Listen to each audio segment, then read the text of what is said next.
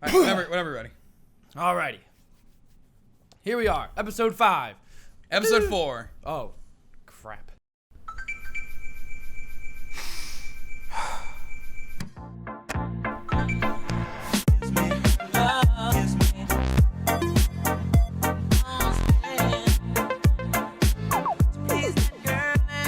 Welcome to the Power Cycle Podcast. I am Jack Barron. And I'm Mike Knowles. And today, we're going to talk about our favorite pro gamer, Mike. Me? Yeah. Oh, you shouldn't have. But, yes, seriously. I have been playing Overwatch. You obviously play Overwatch. I love Overwatch. We've been discussing it. Now, me and my friend, my roommate Jake, we got out of Overwatch for a while. We would play it with you a lot. Now, we just got back into it because I downloaded it again. I was really bored one day. I want to quote real quick. They're console plebs. Yes, I'm sorry. We play on the Xbox. But we were playing it, and I was really thinking about Overwatch competitive because Overwatch didn't have that in the beginning. It just had quick play. Am I right? Quick play. Yep, it just had quick play. Okay. It was quick play and then the practice range and that's it. Okay. So I was thinking about Overwatch competitive and how that renewed my love in the game, and then I started thinking about esports in general because I feel like that has definitely exploded over the last probably 3-4 years. Definitely my time at college, I've seen it go. Definitely the biggest growth. It's been growing for like 7 years, I would say. But like I would say the biggest boom last like since 2012 probably. 4 years, I would say. And I was just wondering, what are your thoughts on esports? What is your thoughts on my thoughts on esports? Give me a jumping off point. I don't know exactly what you. So where did you kind of first think about it? I remember when I was younger, like 13, like 15.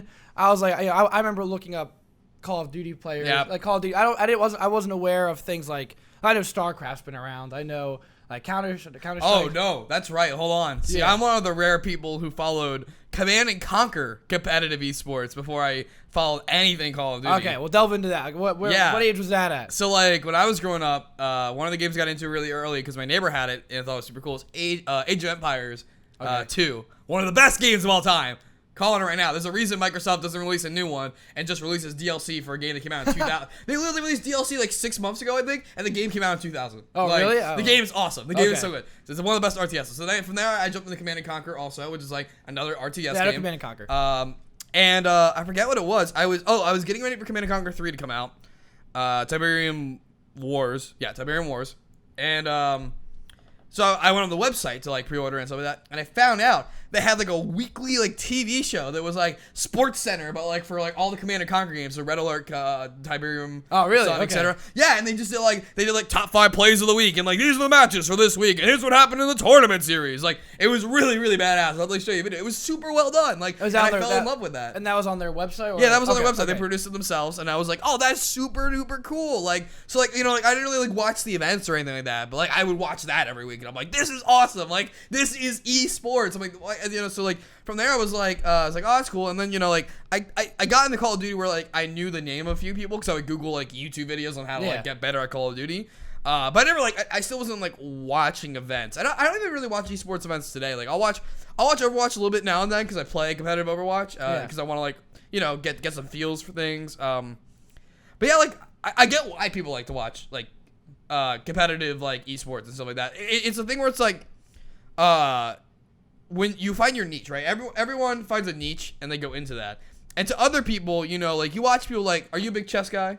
When I was younger, I mean, we played. But right now, are you a big chess guy? No. Okay, cool. So like, I was hoping you would say that. So if you walk by, let's say you're walking outside right now, and there's like all of a sudden you pass by in the courtyard, there's like a giant like national chess tournament, right? Sure. And like you're not interested in that, but you can stop and say, that's awesome. Like you're that good at the game. You can appreciate the level of skill and sportsmanship. I played. I went to New York one time, and they were doing. I guess there's like a famous chess circle there, like an infamous era where people play chess. Okay. And I think like the homeless people play chess. Like this is whole big thing. Yeah, they're like in the park. Yeah. Yeah, and like they have the timers of it, and you can play these people. And I had never played someone who is good at chess. I play people who know chess. Like there's a difference between knowing chess, like how to play it, and like being good at chess. Right. Yeah. Absolutely. And like this guy beat me in 5 turns. Like it was astonishing. Like he knew what I was doing before I did it. Yeah, he had a name for what you were doing too. Oh yeah, yeah. He had the He's names. like, oh, you were the creeping tortoise. Yeah, and he was like, oh, like here, and he put all the pieces back. He's like, let me show you what you did wrong. He like did it over again. And he's like, here's what you should have done. And it was just shocking to see someone who understood the game so much. And Right.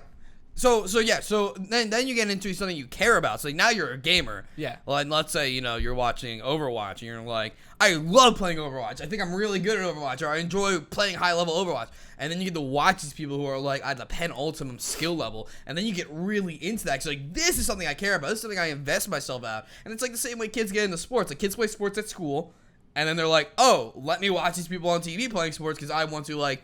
I wish I was that good, or I want to be that good. It's like the same thing, basically. So yeah, esports is that really cool thing where like it's now getting a lot of traction, a lot of money's being pumped into it, and I think really the biggest indicator, obviously, is ESPN has an esports section now, And that's what I was getting into. Is I remember when I was younger, I was never into sports. I played them, but I know people who.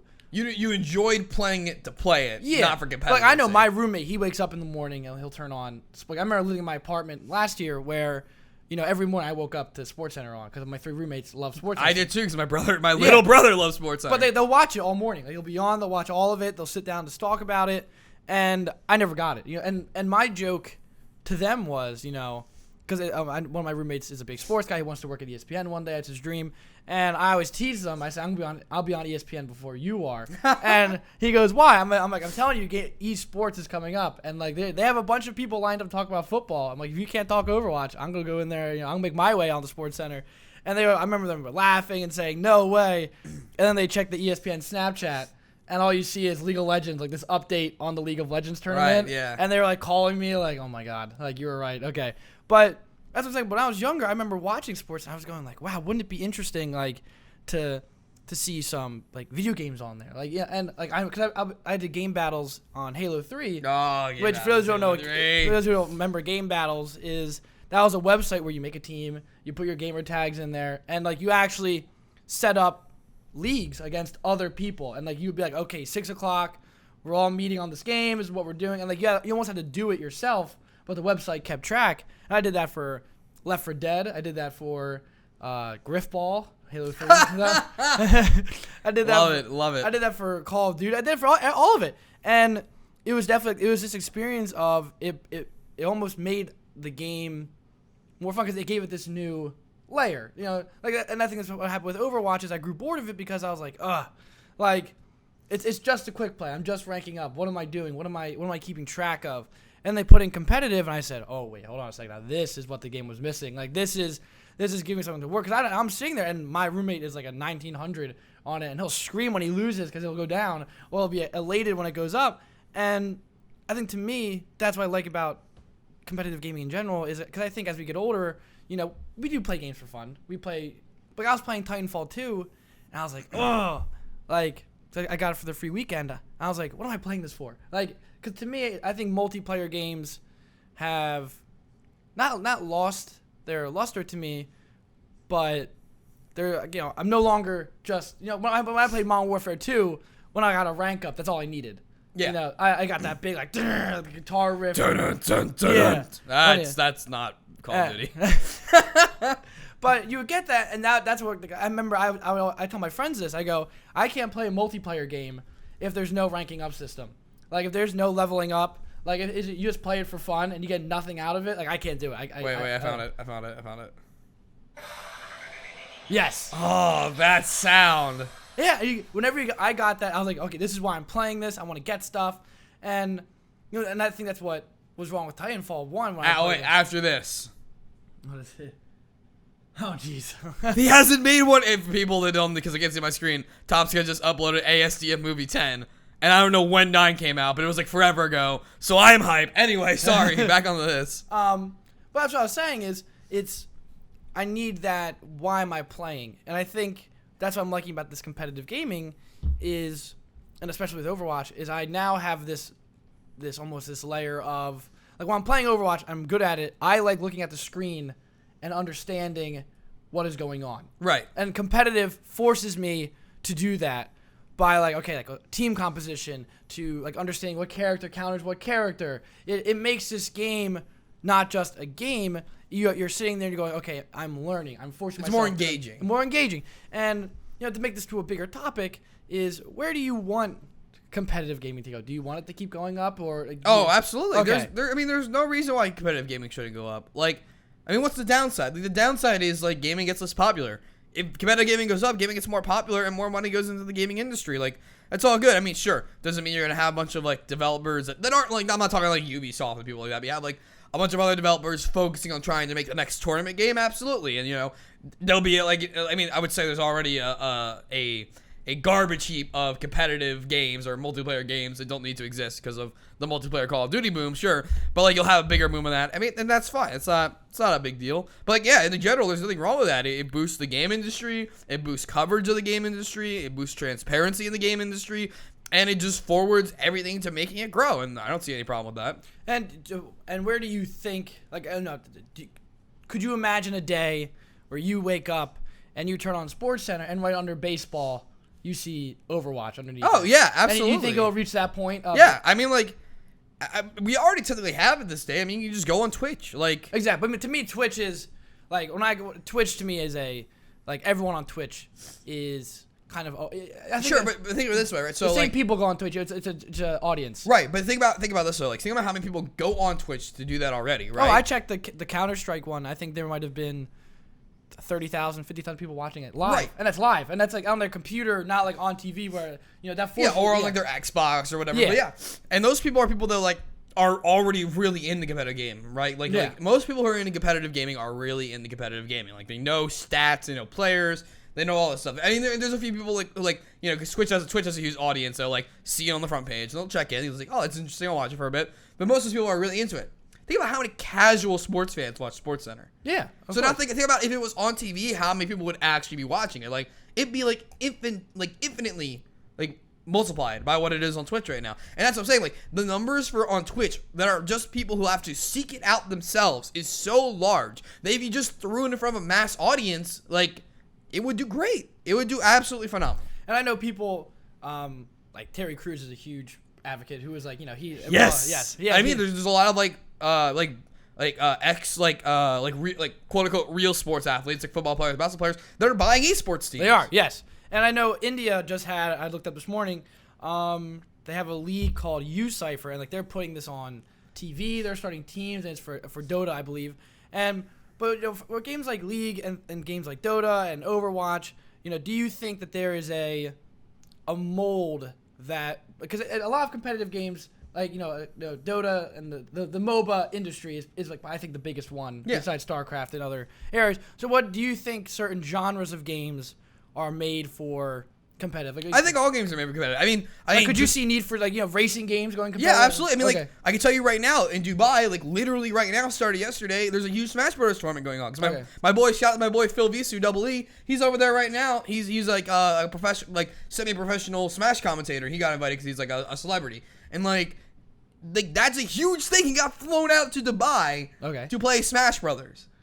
That's pretty wild. And get it streamed on Twitch. Like, that's crazy. Like, that's how big this is. It goes across all communities. There's a fighting community. And, like, the best part about it is that, like, it isn't just, like, you're an esports gamer, you're all, like, one fan. Like, it's just like any other sports. You have, like, your, like, little groups. Like, a football fan is not the same as a hockey fan. They don't know the same things. They don't act the same way. So there's the fighting fans. And there's the FPS fans. There's the MOBA fans. There's the RTS fans. And it's so diverse. And there's so many things you can learn or experience from, like, going to different events like this. I mean, like... And even in general, that's like, I mean, like another argument for this, how big, like, esports or, like, non-traditional sports are that are, like, an entertainment thing is, like, we both play Magic. Yes. We watch the Pro Tour. We watch the Grand Prix. We watch Star City Games Opens. Like, I like, back in high school where I had infinite time on the weekends, I would literally just throw it up on my Xbox, on my TV, and be on all day while I'm in the basement doing homework and shit. I remember when I first started to go to Magic for a little bit. I remember when I first turned on... I didn't know what Twitch was until I started playing Magic. I had no idea what Twitch was. I kind of knew what it was, but, like, basically all the same thing. I wasn't, like, invested in it. And I looked it up, and I was like, what is this? My friend was showing me it. He goes, oh, this is the Pro Tour. Like, we had just started playing. I was like, wow, this game is so fun. And, like, I even thought to myself, like, could you imagine, like, playing this, like, for a real tournament? Like, how crazy that would be besides FNM. He goes, yeah, look at this. And they're like in Hawaii. Yeah. Like, commentators, suits. And I was like, what are we watching? Yeah. Like, what? It's crazy. What is this? And I went on Twitch. I mean, and the old one was on ESPN, but back then ESPN was like way smaller. And I remember, there's that. And when I go on Twitch, I'll turn on,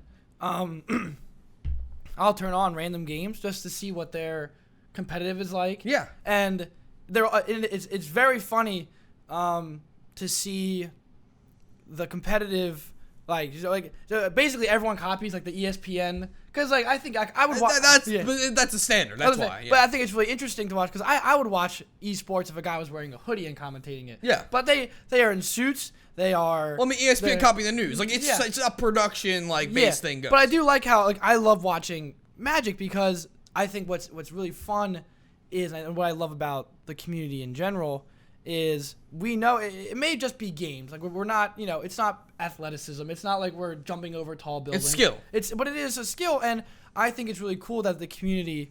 Real quick, why over the last couple of days do you keep going through jumps over a tall building? That's like your go-to. Like we've had a discussion about this like 3 times. You keep using the metaphor like leaps over a building, jumps over a building. He's like, what's with you and jumping over buildings these last weeks? I don't know. Usually I have jumping over a building and like hitting someone with a brick. Like, right. Yeah, I mean the brick one. The brick one is. But that's realistic. Like, but I think it's really fun to see that we take it seriously, and I guess I'm wondering as well, how do you get someone who isn't into gaming, someone who maybe because again I think the issue with football is people who even don't like sports know what football is, but the issue is people who don't know gaming do not know gaming. If I go, Overwatch. That's what I'm saying. They go, what the heck is Overwatch? You put it on ESPN where like a lot of people just tune in and like you'll get that audience. Like I swear to you, like so many casual people watch like the internet. The thing about the internet is that you need specifics. Unless you explode. Like PewDiePie has a casual audience because he just got so big and then grew infinitesimally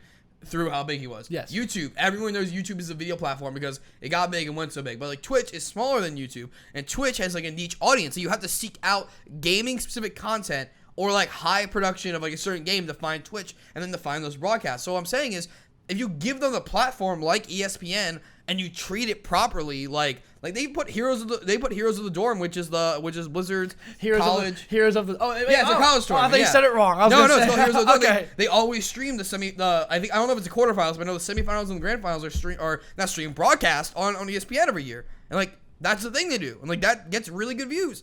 But like people can't.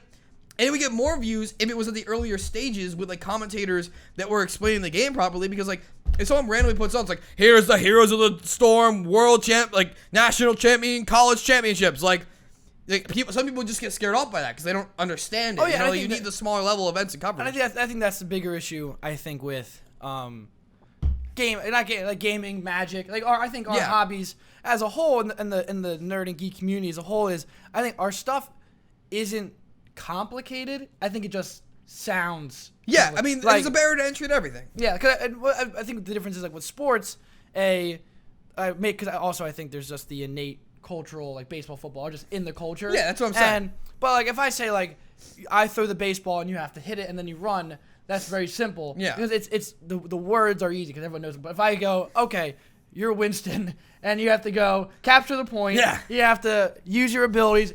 It's not hard. It's just capture the point. It's very simple, but there's layers. I think it's the language. That's my thing with Magic isn't complicated. It's just it just uses words. Magic's a little complicated. Yeah, but I think at the base level. Yeah. Sure. At the base level, sure. And it's not hard. That's what I said the hardest thing about it is just telling you don't use the word goblin. You don't use the word witch in your daily language. And so when I go, okay, I'm going to attack you with my hexproof Crater Hoof, this whole whatever, and people just go, okay, what are you doing? Yeah. Like, what the heck? And I think that's the difference with like Alpha Strike. Yeah. Like what the gaming community is when you're watching it, it's poke phase. Yeah. It's very easy to get what's going on, but it's the language. If I turn on Overwatch, people will get what's going on, but they're like, okay, wait, who is this Tracer person? Who is this? Who is that? They'll understand what they're watching, but they won't feel like they're in on it. Yeah. And so what kind of do you think Overwatch is that game that will get people more involved? I think so. I think the fact that it also has different layers of different people, like the story layer is really there, the art layer is really there, the gameplay is really there. I think it really can appeal to a lot of players. Like here's one thing I learned about recently while I was doing some some talking with people there in the gaming community, is that a lot of fans of like competitive esports aren't even as much, and of Overwatch specifically actually, and players of Overwatch aren't traditional gamers, but they're like artists. Like people like love to like people who are like on Tumblr making art. They love to watch these events and stuff like that. Yeah, or, we like, talked about or that play the for game our in first general. episode. Yeah. Yeah. And I guess so. Overwatch may be that game. So do you think? So obviously the gaming community, we want to get into the general populace. We want people to get into it, and so I guess with just putting on the list, how do we get people more involved? You know, what how do you get someone who has never, like, let's say someone's listening, they go, okay, I want to show my friend a competitive game. I want him to sit down and be it. How do you get someone to do? How would you go about introducing someone to? I mean, the first thing is just general knowledge. You have to have people who like are knowledgeable within like the own sphere. So like the reason baseball and other sports are easy to pick up is because you have so many people that already know it that it's really easy to find someone to explain baseball to you. It's really easy to find someone to explain football to you, and it's accepted in culture to be talking about that in random like conversation with people. So it's easier to like, get into that. Whereas like there's less people who play like, because gamings are so different. Like you have different games. It's not just competitive gaming. You have to like for Overwatch, you have to find someone who plays Overwatch who also wants to talk about it in their daily life. But then without like, they're not going to just be randomly talking about it unless they're in a group of people. So you have to find those people without them actually just talking about it. Whereas like you can walk down the street, and you'll probably hear someone talking about football. Like that's true. I mean, I remember we on our very first video ever, throwback. We brought Gabby in, and she was just in the room watching us play. And it kind of goes back to this language thing again, where it's easy. I'm shooting people in Halo, but she's also like, wait a minute, you're this Spartan, you're this aliens. Like I know my friend Colin, who you've met a few times, he'll watch me play Dark Souls, he'll watch me play all these games, and he'll just sit there and watch. He's like, I don't get what's going on. This is so confusing. But I think he gets very intrigued by watching someone who is good at it. Like he started his own game in Skyrim, and we just put him on it. We just gave it to him, like, here, just play it. Right. And within an hour, he was just sitting there, just playing it. He had no idea what he was doing. He didn't get the game. But what's nice is we just put him on it. We let him do what he wants, and he was loving it. And I think that's how with competitive gaming and gaming in general is to introduce someone to it. Like I wouldn't put someone on Overwatch first. Maybe I would put them on. Maybe I guess that is a pretty simple. Would you put someone on Overwatch as their first game? You know what? That's an interesting question actually. I feel like Overwatch might be. I feel a like lot, but maybe not. I don't know. I feel like it's a lot, because there's a lot of do a lot of selection, a lot of like. So, buttons. I feel like Overwatch has a low barrier to fun. Yes. Like it's like Smash Bros. Like I made this comparison a lot on the podcast. That it's easy to play in the sense it's easy to play it and have a good time, and it's hard to master when you want to go deep. So yeah, I'd be okay giving someone Overwatch as their first game, to be honest, compared to other FPSs. Yeah. I mean, Call of Duty's a little bit more boiled down, but it's a different game entirely, like compared to Overwatch. Yes. I agree. So yeah, I mean, yeah, I would say yes. I would say yes. Okay, I was wondering because I think Smash Bros is the perfect example where, because I think we had talked about Smash Bros a few times on this podcast, is when you play it, you don't really have to know what's going on. It's just fun to be these characters in general, and it's the game. Yeah, I think it's just designed with fun in mind, and I think that's even more so. So if competitive gaming makes it into the mainstream, it's on ESPN. What do game developers do then when they're making a game? Like, do you sit down and you go, okay, I'm making a multiplayer game? Do you try and make it competitive? Because I think mainly it forces the bar to be raised. I think you have to make a better game. Like, a lot of these games that are competitive weren't made with competitive in mind. I think the community kind of I don't think Halo. Some of them, like Smash Brothers wasn't. Yes, and the community. But like Overwatch, they did have a plan for it to be that. Okay, and I think that's so. And I think you can see that in Overwatch's design. Yeah, absolutely. But in Smash Brothers, I remember hearing about Meta Knight being completely broken, computely very right, because they don't care about that. They just want to make a fun game. So, do you think games, if it's in the mainstream, will say, do you think that to make a distinction?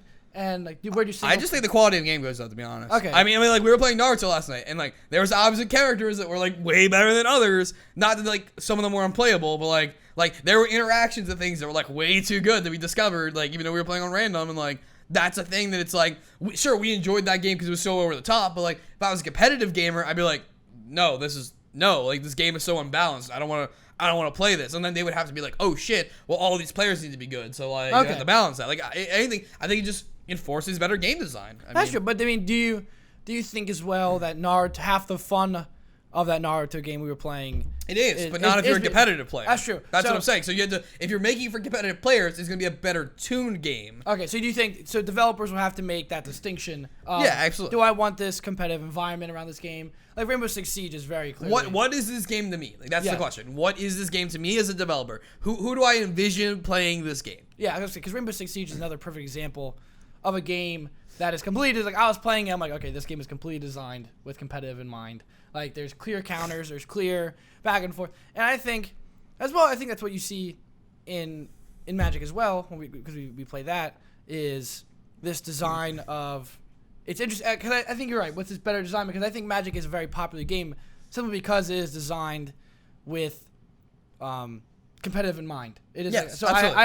I have to make sure that everyone plays correctly, everyone has a fun time while playing, and that's how I feel. I think that's a very good. I like how you said that. I didn't think about it like that. Or it forces you to make a better game. Yeah, absolutely. Which I think is. I mean, not necessarily a better game, but it forces you to think more about your design decisions and make sure that like every decision you're making is a correct one for that line of play. That's it, because instead of being like, wow, this character is so much. It's like playing a competitive game. Making a competitive game is like playing a competitive game. In a competitive game, if your opponent, like we're talking Overwatch here, and your opponents are all grouping up behind with like triple tank, you maybe want to grab like a Reaper to like disrupt that and like get in from behind. And you want to make sure that you're making the right decision for that player base. So like when you're designing the game, if you say you want to be a competitive game, you can't have like someone running around as fucking Sasuke with Susanoo armor when everyone else just has a dog next to them. Yeah, like, and I think as well it's when because I think you describing the event and that gameplay in Overwatch, like okay, you're behind this person, you're doing all this. And I know my roommate's girlfriend, she'll watch us play, and she just goes, okay, like, this is, like, why do you play? This is dumb. And I think that what that describes it perfectly is when you're in that moment of, because I remember playing with you the first time on Xbox, we had the 6 of us playing, I think that, like, that wasn't just Overwatch being fun, because we talked about it in the first episode where we were talking about Overwatch in general, is that was fun because we were making plans. We were reacting to what was going on. We were using our minds, using our skills. We were like, okay, what's happening? And that to me is what made it so much more fun. I don't even know if that was in competitive. That would have been before competitive. That was competitive. That was? Okay. Yeah, that was competitive. Okay. Because you guys got placed at the end of that. Okay. You guys weren't placed yet. Okay. Or some of you weren't. Okay. And like that was, I remember that was being so much fun because there are tangible consequences to what happened. If you won, you go up. And I think that's also what's so nice about it. And I think competitive in general is, I think for a while there's this frustration in gaming where you're like, okay, I am very good, but I'm going to be with bad people. Right. But as you rank up in competitive, everyone gets better. And therefore you get better. And therefore you have more fun because you are getting better. And I think that's what I like about competitive gaming in general is it forces me to get better. It brings back why I liked playing in the first place, which is I love wrecking people who suck. All right, so maybe to put a pin on this topic. Sure. Let's first with you, like what is it that really makes you think that esports will succeed? Going back to like the overall theme. Or what is it that got you to believe in it at least? I think watching I think Overwatch competitive really made me think about it. And I think also in general watching just playing the Magic the Gathering and just getting into that competitive scene first a year ago, 2 years ago, and then going on Twitch and seeing all these different games and seeing like Counter-Strike, seeing all this stuff, I said, okay, this is gonna. And then watching League, like that, I remember watching this League tournament, and there was like 1 million people there. I said, oh my god, I'm like this is it, this is happening. Like that's. Didn't Mark go to one too? Yeah, I think Mark went to one. Yeah. Yeah, I remember seeing a picture of this. He went to a semifinals in New York. He didn't go to the finals. Yeah, I remember seeing a picture, like online, like on Reddit, and I said, oh man. Like we're coming. Like this is it. Yeah, we're coming. How about you? Okay, so for me, I'm gonna set a scene for you guys. Sure. So this is also when I got into Magic. Before I was strictly playing Yu-Gi-Oh, this is where I realized like I want to play Magic. So let me set a scene. We're gonna fade to black here. We're gonna set a scene.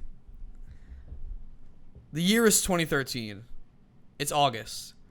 Mike Knowles randomly turns on Twitch just to like randomly go on because he's just discovered Twitch recently. Front page of Twitch, the World Magic Championships.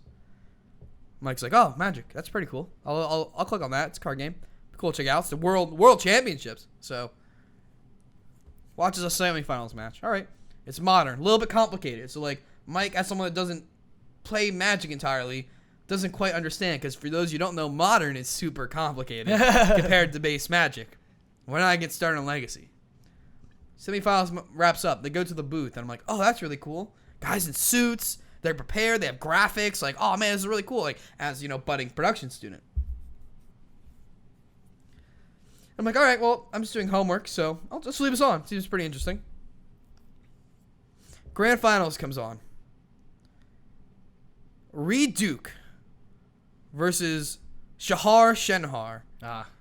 Reed Duke, at the time, I don't know what his ranking was at the time because I think they didn't start them entirely yet, but after that event, he was ranked number 5 in the world. Okay. In the world. I guess Shenhar, as far as everyone knew, basically a nobody. Shahar goes onto the ropes and then brings back to win the entire world championship after being on the fence of losing. Mm-hmm. He couldn't drop a single game, and he won at least 2, maybe 3.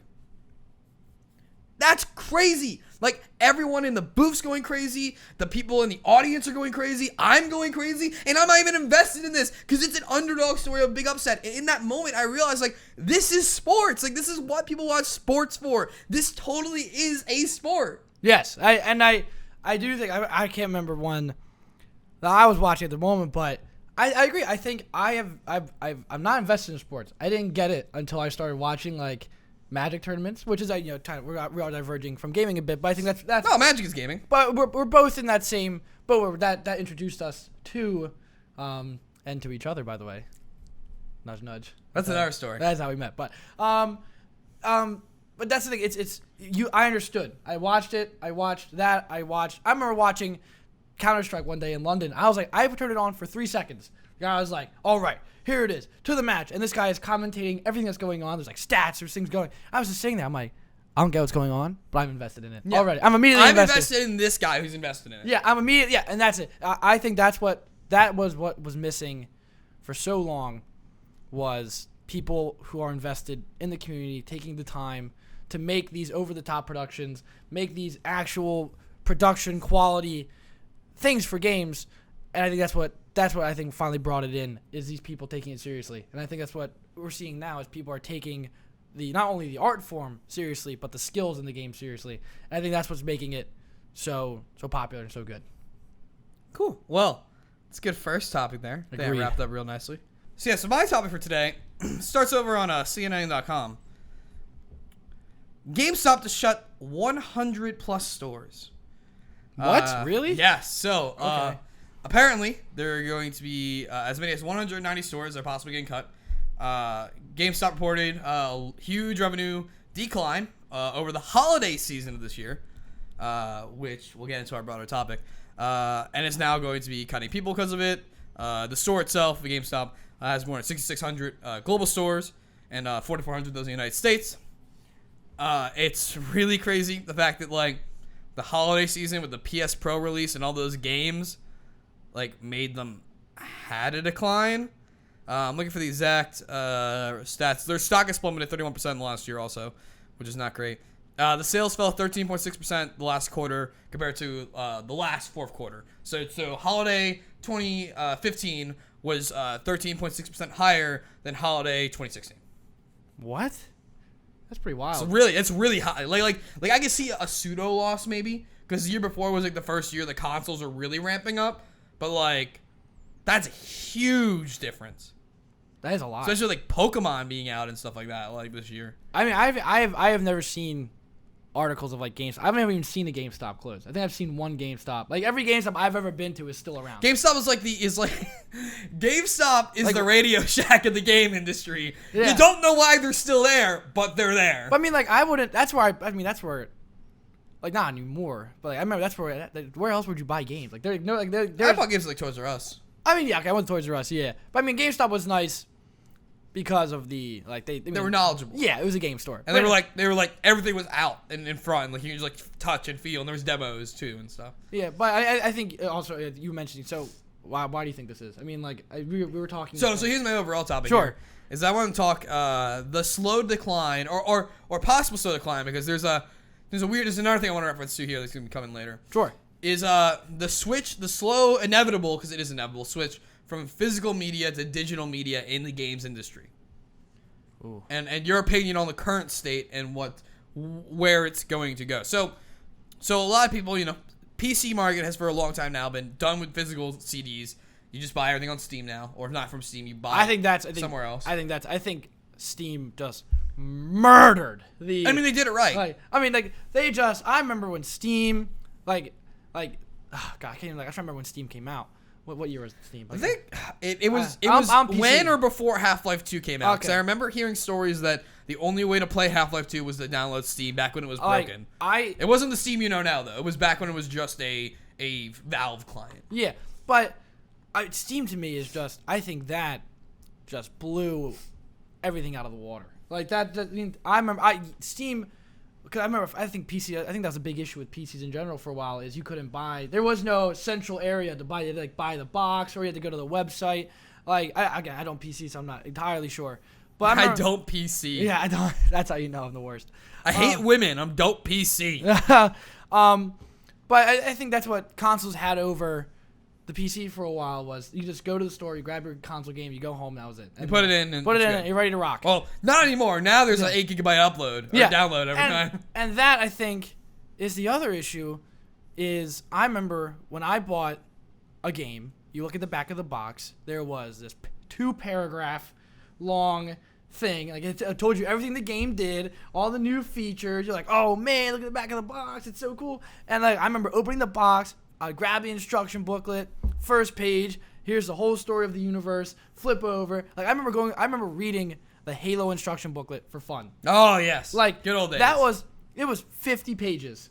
And it wasn't 50 pages of like tech. Like, oh, this is what the game does, yada, warranty, yada, yada, yada. It was like, here's the universe, flip. Here's every character. Flip. Yeah, not only that, they had the name of the gun, every statistic about it. I was like, flip, flip, flip. I'm like going through it. And that's how I got better at the game. It's like, I would play with my friends, and they would go, Jack, why are you good? Like, that was a joke of my childhood.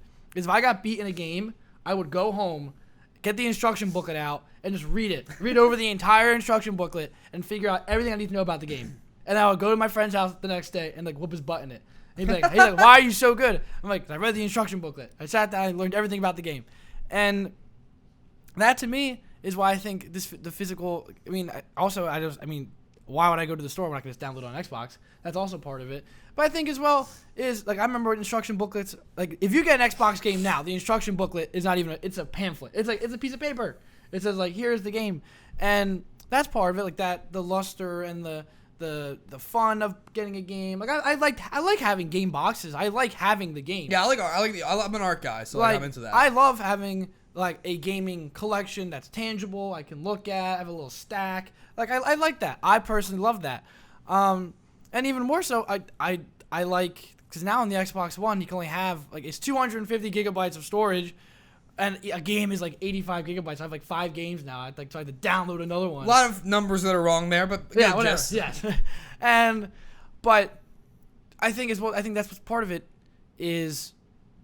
It's just, why would I go to the store? And that's what the GameStop is. Why would I go to GameStop? And when I can just download it on the marketplace, and even when I buy the disc, I can't even just put it in and play it. I have to download it anyway. It's like, why am I even getting the disc? That's why.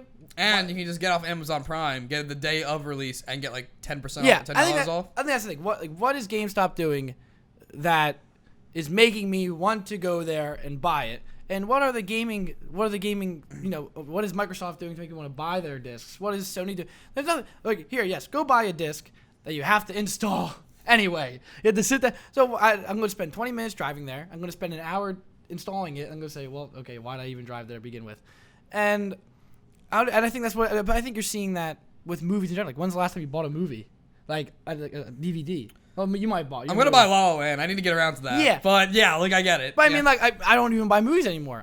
Even on demand. Like, when I can just go online, either A, watch it for free somewhere, or B, go on Netflix. And I think that's what Netflix is. Netflix killed Blockbuster because why would A, they deliver to your door first. Yeah. And then now it's streaming, and I think the same thing's gonna happen with games. I wouldn't be surprised if games. I'm sure some games do it. With streaming, you don't even have to buy a game anymore. Like, you subscribe. Oh yeah, like EA Access. EA Access. Yeah. PlayStation. No, EA Access isn't that. You download. Well, you download. But what I'm saying is EA Access is a good. GameFly. No, not GameFly used to do that, I think. And then PlayStation's current. I don't have PlayStation, but PlayStation's current, I think it's called PlayStation Now. Whatever lets you play their older games online, Yeah. that is a stream service. You don't download it. Oh, you just stream it from a server. You just play That's it what on- I've been told. That's what I've been told. But that's what I'm saying is, it's, GameStop, I thought, and I haven't been in GameStop in years. Like I have a friend that works there, but I think GameStop kind of has to do what Blockbuster didn't, and change what it's doing. GameStop can't just sell games. Like what can GameStop do that?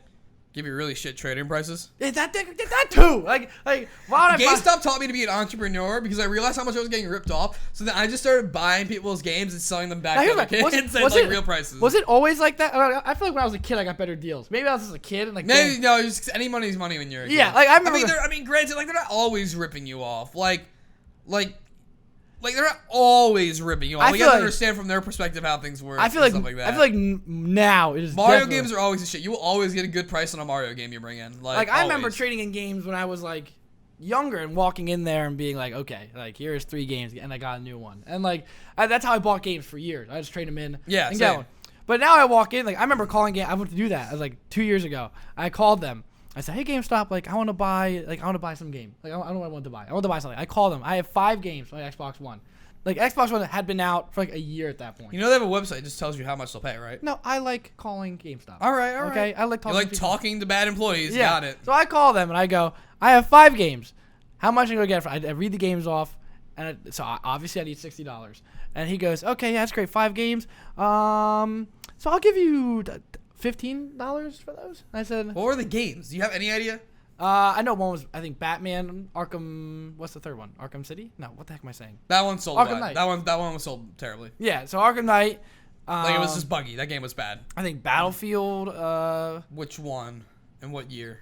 I think Battlefield. Like 4. was it like already a year old? Like was it already? I mean, iteration I'll admit old? they were not new games. Like they were old games. Well, like was it already iteration old the Battlefield? Because then that decreases the price. Yeah, Like, I think it was Battlefield 4. Like, okay, yeah, and like Battlefield Hardline or Battlefield, the new no, Battlefield. not Hardline. But I had these old Xbox games. Like I think I had Wolfenstein on the trade in. Like Yeah, that's why. yeah, but like I agree. $15 still seems a little low. Yeah, but it was obnoxious. I wasn't expecting 60. I was like, okay, man, I would get like $30. Yeah. And like I'll go spend $30 on a new game, whatever, fine. Goes, yeah, I'll give you 15. I hung up the phone. I didn't even answer. I just hung up. And I was like, that's why I didn't go. Like, what are you like? If GameStop's gonna offer trade in, like I know they give you some good deals. Like I remember I traded in a Wii, and I got like that was when Wii first came out. I was like, I paid $250. I got like $220 for it because like, they're just trying to get people in the door to buy Wiis, but that's what I'm saying. Is I think GameStop is I think GameStop's now Blockbuster and Radio Shack. It's just they're not adapting to the changing market, and I think physical media. That's all I'm afraid of. I'm afraid of physical media. I think going away, in general, because I think there's something a little scary about that. Like a little, like I think. So like you're even though the demise of physical media would mean that you would obviously get a price decrease. 'Cause Yes. Like digital, you're scared about that. Like what that Yeah, means? I think.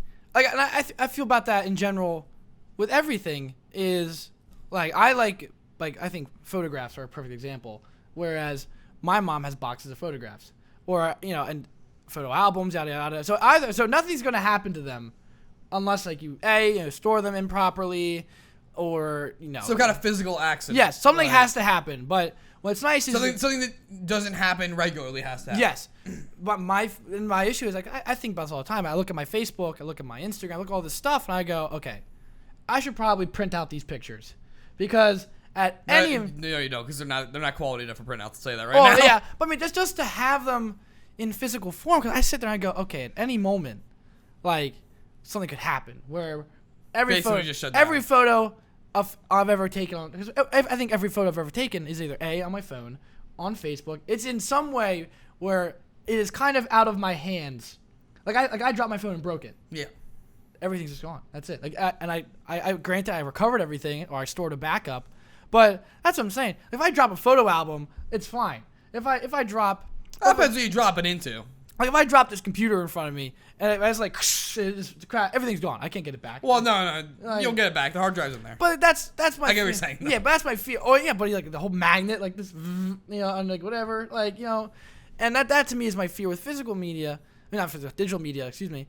Is I don't have it. it's You don't feel like you don't feel like you're responsible for it anymore. Yeah, that I don't even feel like I own it. Like if I when I buy a game on Xbox Marketplace and I download you don't. You're licensing the right to play. Exactly. Yeah. And I think that's what is nice about. I also miss I miss my friend buying a game and he just gives it to me. I don't have to buy it. Like I also miss that, which is that you can kind of do that. Like me and my buddy do that, where we link our Xboxes together, so we share our libraries, and he works at GameStop. So, there you go. So like, but as well as I think that's what I miss is I miss owning, I miss my collection. I miss owning the game. I miss opening the box and putting the disc in a little bit. Like there was something a little, I don't know, a little romantic about it. You know what I mean? A little romantic. It's just like this opening a box and I remember stacking my collection. I put it like an ABC order. Like I did all that goofy stuff. Everyone does like with their Blu-ray collection and stuff. But I think as well, it's just having that access of I can have whatever game I want and I can put it somewhere. That is kind of, I think I wouldn't be surprised if discs just go away in general.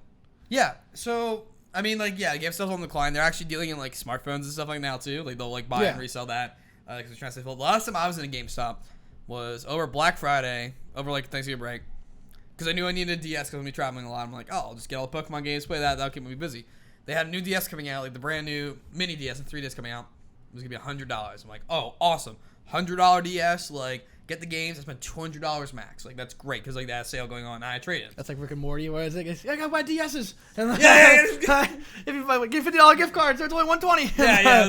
That was a big Target sale. But he did that in real life. You know that, right? That's okay. Yeah. That's actually based on the. Yeah, that's what I'm saying. Okay. Yeah. So anyway, so I'm like, all right, cool.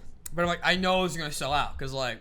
So I'm like, I'm gonna get up like right away when they open, and I'm gonna drive over there. So I got up at like 5:30 to get there at 6. Okay. I ended up getting there a little bit late because I was having some car problems. So I got there like 10 minutes late.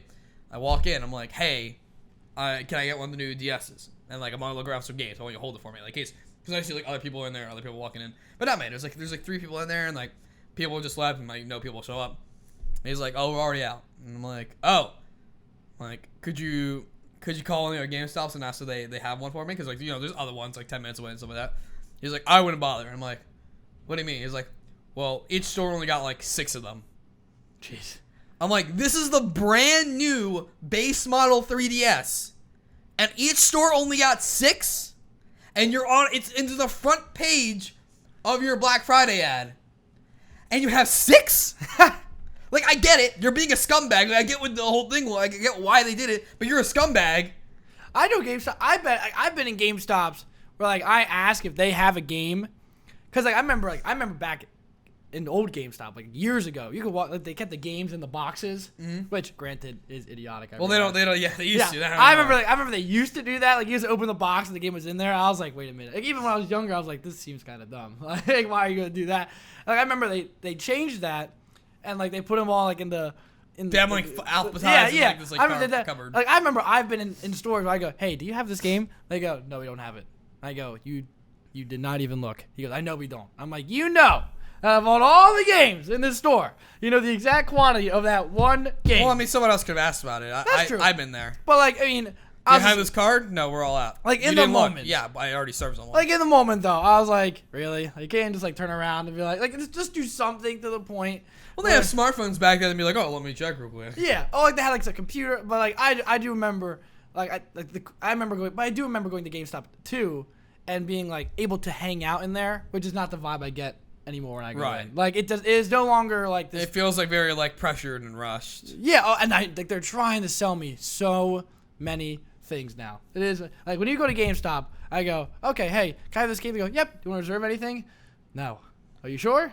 Yes. Do you want to get a membership? No. Are you sure? Yes. Do you want to get Game Informer? No. Are you sure? Yes. Like, that's exactly what it is. And then it's like, all right. It's like, now. They ring up everything. Here's your total. Now, do you want to get 10% off by getting a Pro card? Didn't I just tell you I didn't want a Pro card? Yeah, I just said that. I mean, I still have mine. But I haven't had one in years. I mean, now I don't. Yeah, but I have all my Game Informers like in a drawer under my bed. But I know I have like 180,000 points I should spend on like something. But I mean, I forgot about points. I don't think I ever spent my points either. But my account's done. So. But to kind of like to look forward, obviously. Just keep going. I'm looking for something. Yeah. Netflix is a good example of something where like I might not have a DVD player in 5 years. I might not have any media player. I'm just gonna have a streaming service. I might not have cable. I might just have it Netflix or Hulu or something. So what do do you see that with gaming? Like, I think Steam is the example. Could you see just everything being like Steam? Like, you may not, maybe not even have, you just have some type of physical device that allows you. Oh yeah, we've talked about this before. That I mentioned this. Like in the future, it's gonna be built in your TV, or it's gonna be a small generic box, and everyone's gonna have a service. Instead of Microsoft having to go to a box, it's gonna be the Microsoft service, or it's gonna be the Ubisoft service, or it's gonna be the Activision service. And you pay a subscription like EA Access to get those games. Yeah, to me, when I saw EA Access, I said, okay, this is where we're going. Like, to me, that is the most ingenious. Like, I hate EA a lot. They do a lot of things I despise. But I sat there, I said, EA Access. I said, what the heck is this? He goes, $50 or 30, whatever it is. I think it's like 30 to 50. And you get access to like these 10 games. And it gets bigger every month. I'm like, that's genius. Yeah. That's amazing. Like, that's the best. It's the best deal. Like, my apartment just split it. Yeah. We all had one Xbox. And so it was like $5. And I was like, oh my God. We just play whatever we want. Like, this is, we downloaded all these games. We're like, oh, let's just play. And I was like, that to me, I said, okay, this is where it's going to go. It was a game changer. Like, and Xbox, like, free games with gold. And now they have the Xbox Pass coming out now. Oh my God, they do. I forgot about that. Yeah, they do. That is genius. Like that's what it's not genius. It's not original anymore. Yeah. But yeah, it's great. It's a great thing. Great deals. That is what's killing GameStop. That is where we're going. Right. It saddens me because I am going to miss getting game boxes and buying games at the store, and at the same time, like, you can't argue with, like, when GameStop never sells games for like $5, like a new game. But GameStop would be like, no one sells a new game for $5. But I mean, like, Steam will have like Steam sales where you can buy. But that's games. not a new game. Not new games, but I mean, they're good games. Like, they are deals that are shocking. Yeah, like they are shocking. Like, correct. I won't argue that. I bought all the Civ 5 DLC, like that, and the 10 DLC packs for $5, Mike. Yeah, that's crazy. That's what I'm saying. That's heinous. That should be illegal. Now let me pivot that. I've been scrambling trying to find this article because I didn't bookmark it and I didn't look up on this computer, so I can't look at my history. But this one games journalist whose name I don't know wrote an article asking if like it was essentially a survey of like ways Microsoft could come back in this generation. Sure. With like Project Scorpion and stuff like that. And the main question was, is it time now to go with the original design of the Xbox? Like, now that it's like Xbox One, now that it's like 3 years now? I forget. Yeah, 3 years roughly since it came out. And go discless and just go all digital downloads. And a majority of people still say no. They want physical downloads. They want, I mean, not physical downloads, they want physical discs. They don't believe they have the internet to download it or the data caps that like will allow them to do that and play.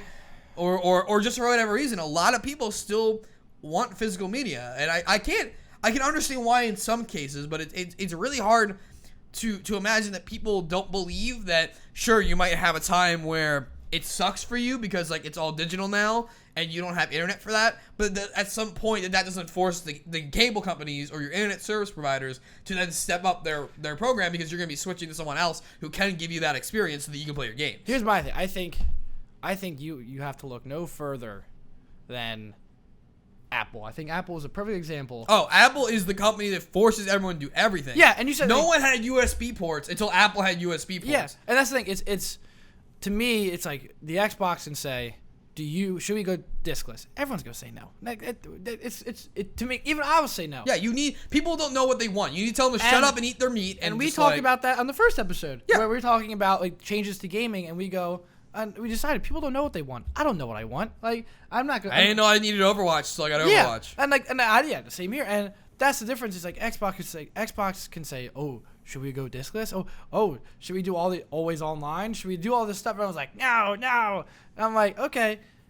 I think Xbox should just go for it because if you get it right, you're the first one that gets it right. Yeah. And I would rather Xbox come out and say, we're going discless. Everyone goes, ugh. And they go, yeah, but instead of having the disc tray and everything. The console's cheaper because you don't have a disc reader. And the games are cheaper because they're only digital delivery. And you can say, and we also put in like this much more power into it. We tripled the power output. We use that space to put in more power. Yeah, like this thing can now do whatever you want it to do. And like I'll sit there and I'll go, man, I can't use discs anymore. Looks at my pile of 2 Xbox One discs.